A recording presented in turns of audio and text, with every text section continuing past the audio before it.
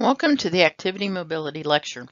Today we are going to talk about the impact or consequences of mobility and more specifically immobility on the patients we take care of. Be sure and incorporate your notes from lab into your notes here so you have everything that may appear on the exam. Take a few minutes and review the outcomes. At the end of the lecture and in lab, you will have been exposed to the information that matches these outcomes. A document with the outcomes for the lecture are also available in the class. To get started on mobility and immobility, I'd like to talk about the importance of being mobile. For everyone, from an infant learning to crawl to an elder working to stay mobile, mobility means freedom and independence. Think back to a time that you couldn't come and go as you please. Someone or something was restricting your mobility.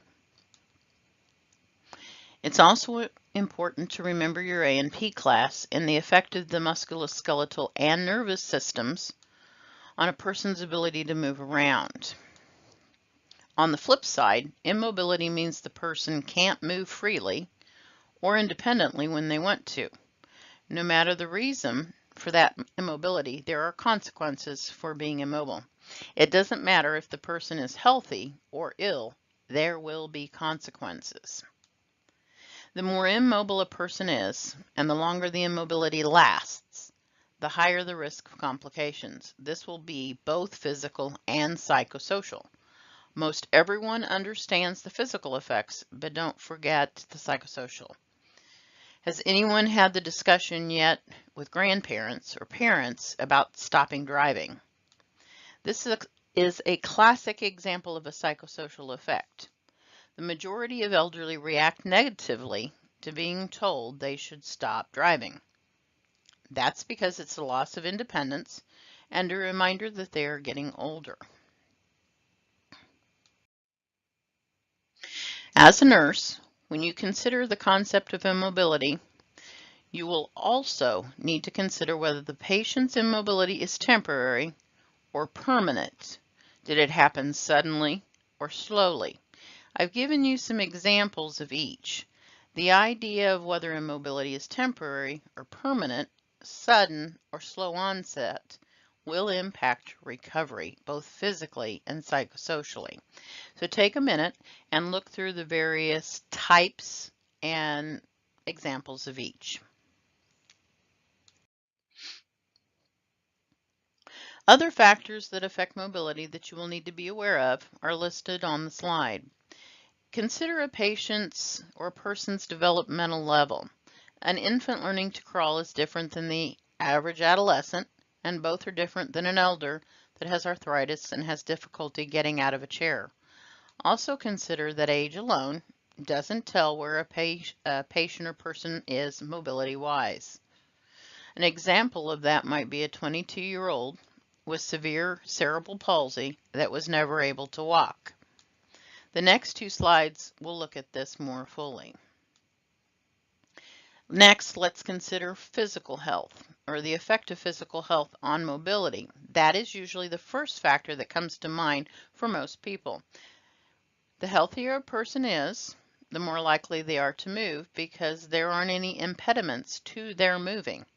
Conversely, the more ill a person is physically, the weaker they become, which in turn makes them more immobile.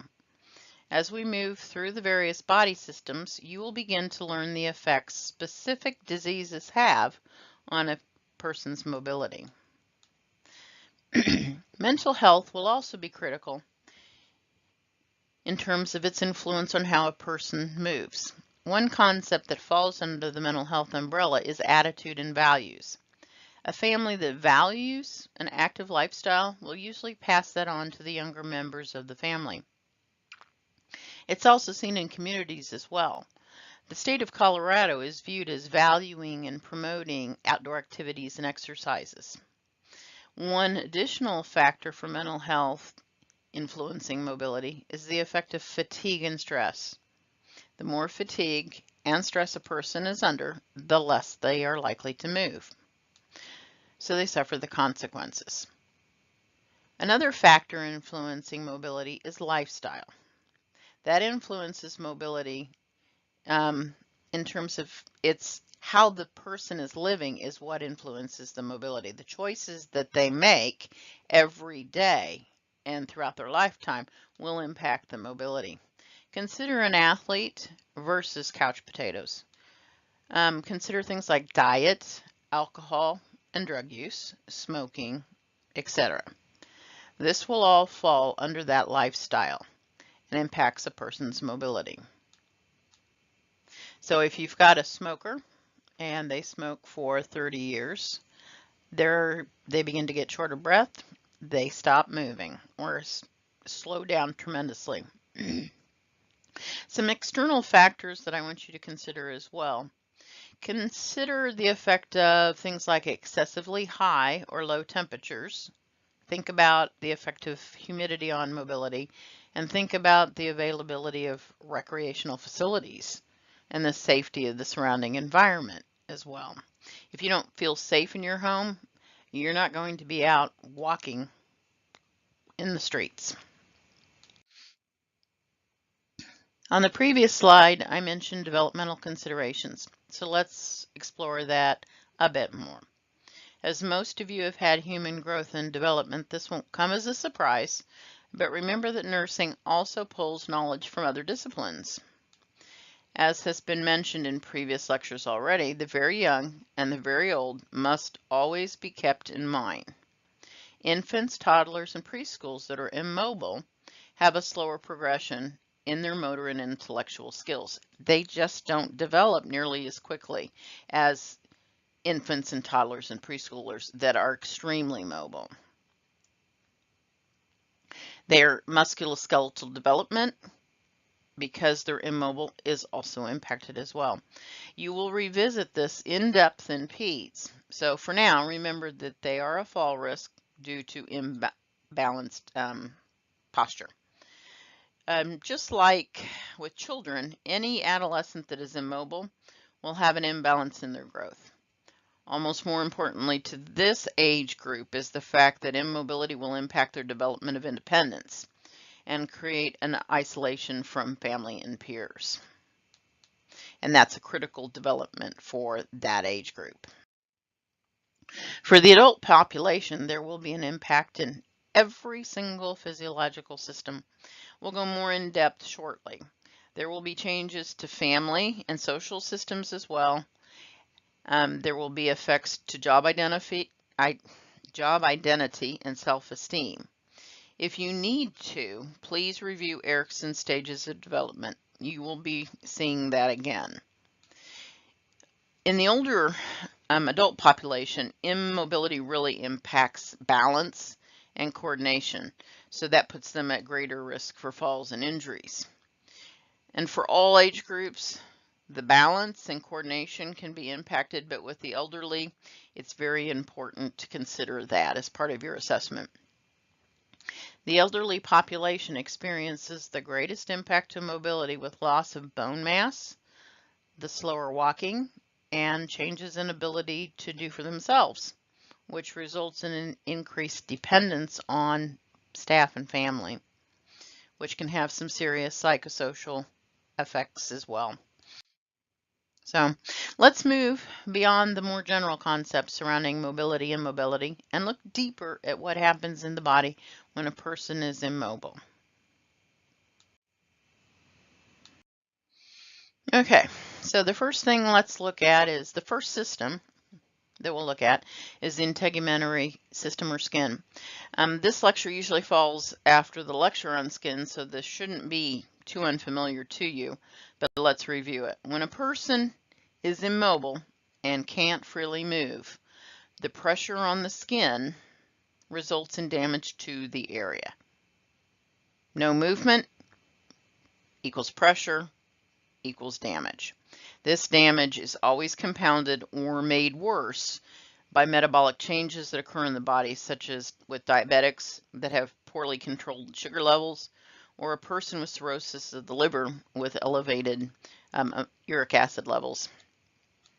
I also emphasize in the skin lecture the impact of circulation on skin and tissue health. Decreased circulation leads to ischemia, or a poor supply of blood to an organ. And without that oxygen and the nutrients coming with the blood supply, the skin and surrounding tissue begins to die. You will look at the respiratory system more in depth later in both foundations and in patho. So right now I'm going to mention 3 critical effects that immobility will have on the respiratory system and leave the rest for later. So mobility impacts respiratory movement. If the patient is laying flat in bed, their lungs can't expand properly, and the sicker a person is, the more this becomes an issue. The ability to move oxygen and carbon dioxide is dramatically impaired, so that gas exchange is severely compromised when the patient can't move and is flat on their back. Of course, when a patient doesn't move and can't get their lungs expanded properly, secretions that are usually easily coughed up begin to pool in the dependent or lower areas of the lungs, and that results in conditions called atelectasis and pneumonia. Now, atelectasis is a complete or partial collapse of a lung or lobe of a lung, and it develops when the tiny air sacs or alveoli within the lung become deflated.